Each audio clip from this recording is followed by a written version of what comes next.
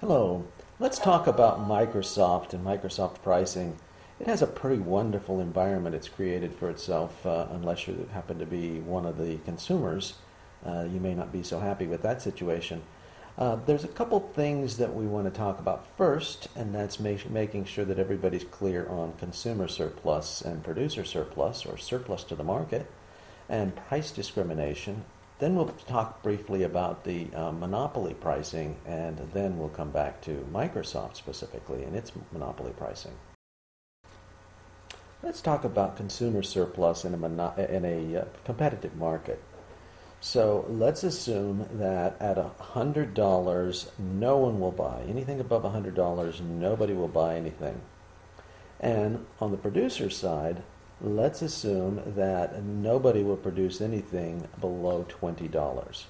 At $20, the producers start to produce more and more. That means more producers and the same producers producing more.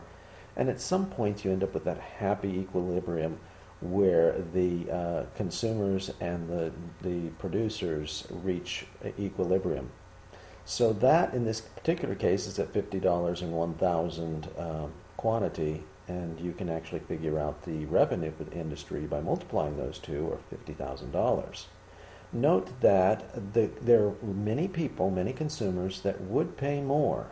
They would actually pay much more than the $50, but they don't have to because of the wonder of and the magic of the free market system.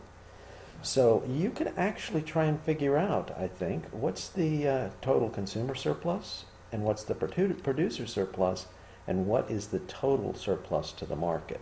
See if you can figure out the math there. Okay, let's try this. In terms of the consumer surplus, you know that the quantity in question is 1,000, and from $100 down to 50, so it's 100 minus 50 is $50. So if you were to multiply those, you could get a square or a box that would be 50 times 1,000, or 50,000. But it's not all of that. It's actually exactly half of that. See, it's a triangle. So you could divide that by 2 to get 25,000. So 25,000 is the consumer surplus. And the producer surplus is based on $20 up to 50. So it's $40 in question. And the box you would create there would be 40 times 1,000, or 40,000, but only half of it, so 20,000. And so you put the consumer surplus with the producer surplus to get a total surplus to the market of 45,000.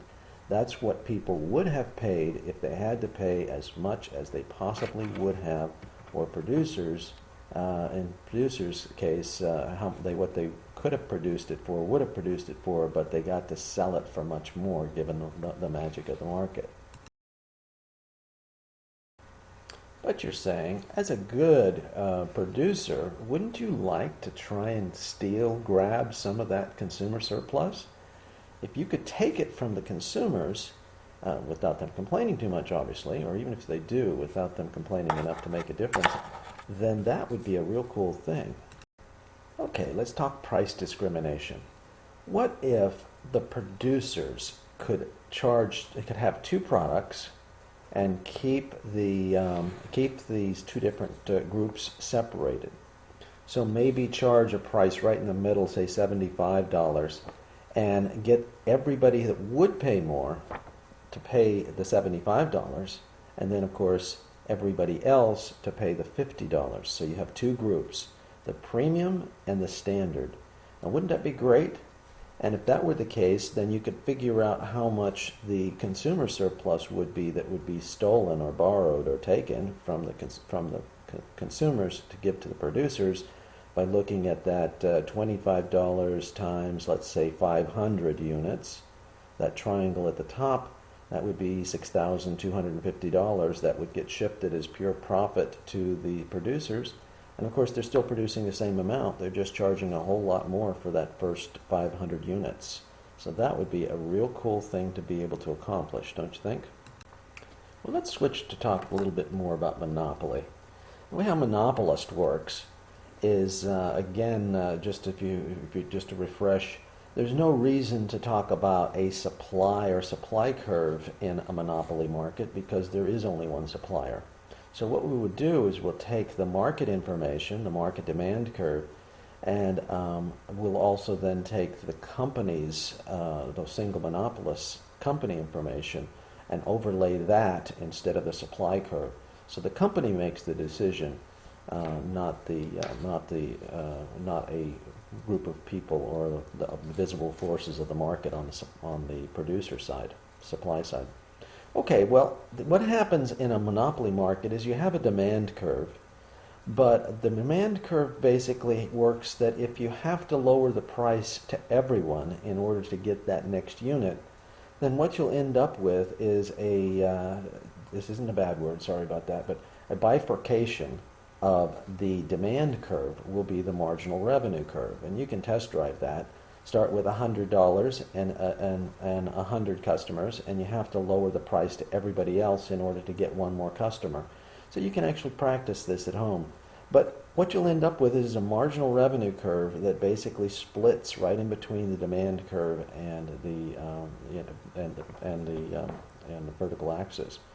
Okay, so a good company will produce at the point where marginal revenue equals marginal costs, but not necessarily charge. The charge, of course, would be up at the demand function. So let's look at this. You got the marginal revenue equals marginal cost at $6, and that determines the quantity of 100 million. And then you draw that line up to the demand curve, which gives you the price of $10 each.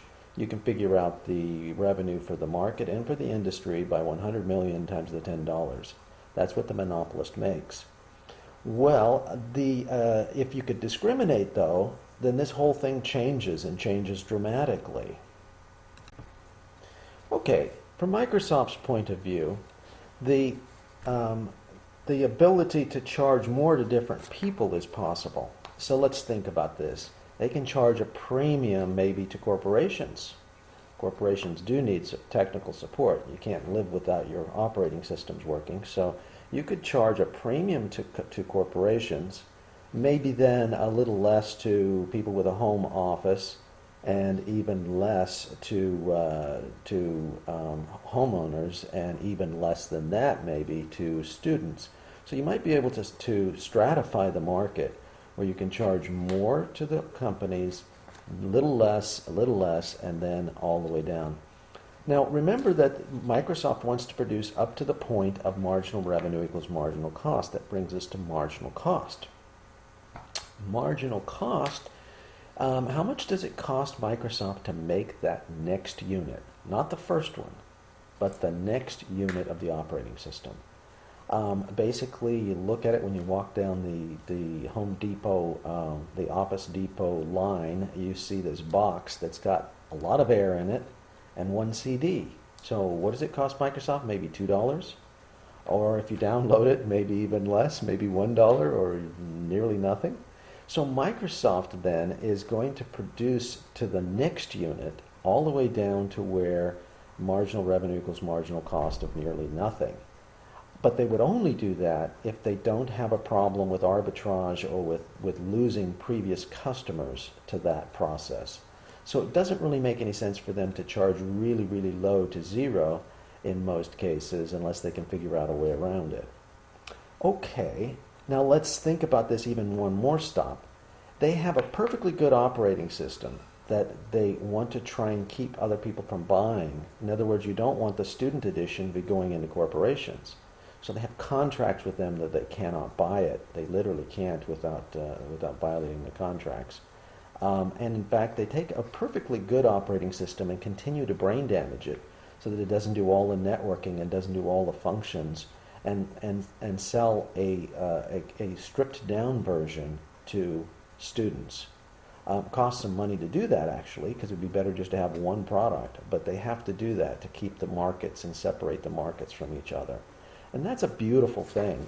So now what happens is you have Microsoft charging to the corporations $200, $150 to the medium, and $100, and then $50 down to students. One of the interesting things is that sometimes what they'll do is, in the educational world, they'll give it to professors and students of a university, well, professors, but faculty.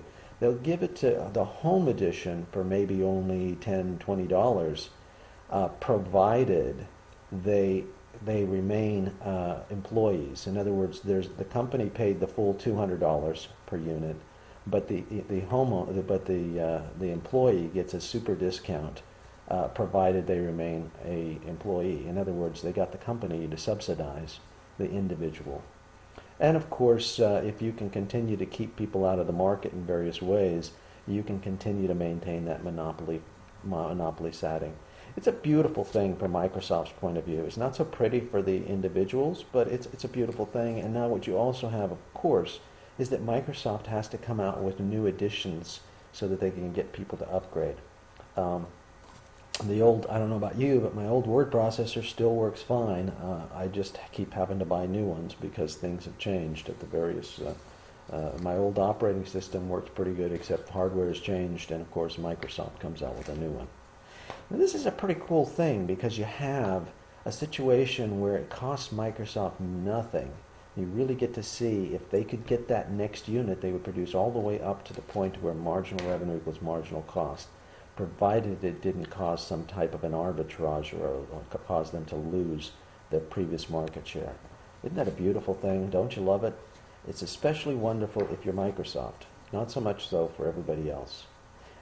And question, of course, is how come cannot other people break into the market? How does Microsoft accomplish that without letting other people into the market?